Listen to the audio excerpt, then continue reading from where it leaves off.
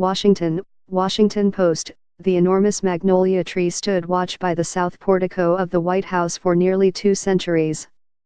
Its dark green, glossy leaves shaded politicians and heads of state. Its ivory flowers bloomed through times of peace and war.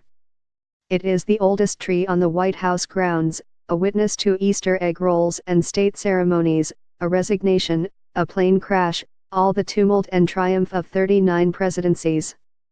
But the iconic magnolia is now too old and badly damaged to remain in place, the White House announced Tuesday.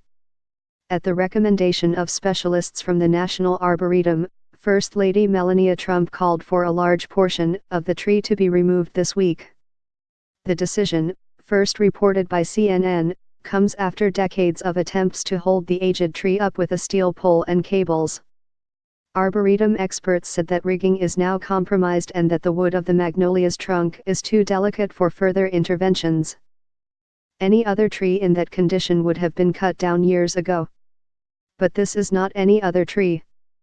According to White House lore, the stately evergreen was brought to Washington as a seedling by Andrew Jackson. The magnolia was a favorite tree of his wife, Rachel, who had died just days after he was elected. Jackson blamed the vicious campaign, during which his political opponents questioned the legitimacy of his marriage, for his wife's untimely death.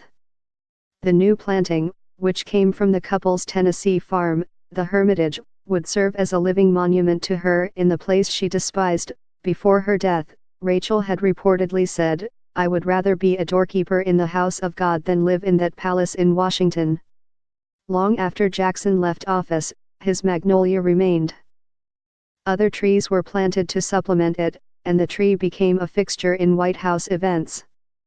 Herbert Hoover reportedly took breakfast and held cabinet meetings at a table beneath its sprawling branches. Franklin Delano Roosevelt spoke with Winston Churchill in its shade.